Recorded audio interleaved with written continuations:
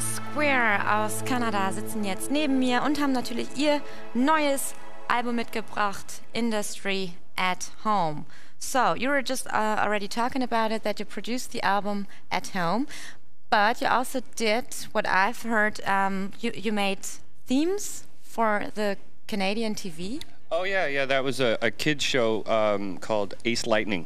And it was a British and Canadian co-production, and the theme song is basically a Foursquare song that made the cut. You know, 30-second song that gets played pretty much in 9 countries right now, like including America, and I don't know if it's playing in Germany. I don't know. Well, that sounds great. Yeah, thanks. And yeah, but how did you get in contact to these people? Complete fluke. A person that was a friend of ours.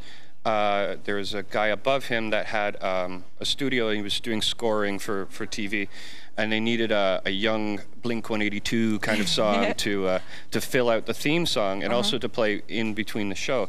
And to make a long story short, he got fired, but they kept the theme song. Oh. So the theme song just survived. Well, and it's good for you, actually. It's awesome. Yeah. It's awesome. Not a lot of people know that it's us, but you know, you get these weird emails from people from like Australia saying, I just saw this and I searched you out, and they found us in the magic of computers, you know.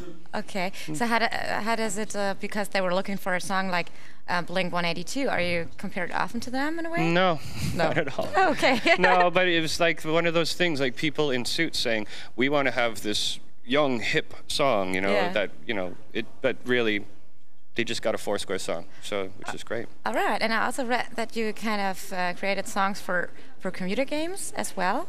Well, I think we were trying to do that. I don't know how much we did do it, but I personally just wrote a song for a guy named Snow. If you're the Informer. Oh yeah. Yeah, I wrote a song for him. It's on one of his records too. So that's another thing that we bury in our bio.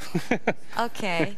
Yeah, that sounds very neat. And so is there any song where you would say, all right, this is our most favorite or the most special song on the CD? What's your favorite song, Jay?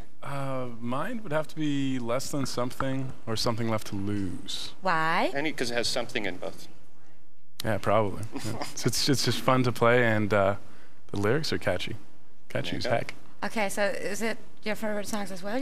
My favorite song would be Everything Bright, which is the last track. All right, and why is that? It's just it's a cool stretch for us. Like, it's a different kind of song that we would normally not put on a CD. We kind of, for this CD, tried to make songs a little different than the previous record. So I think this is the best example of like a growing band. Like people getting better at writing songs and lyrics and whatnot. All right. So are you most of the time responsible for the lyrics, or who's on that one? Actually, Alan, who you'll be meeting later on, he wrote the lyrics for that, and I do most of the music, and Alan and I work on lyrics together.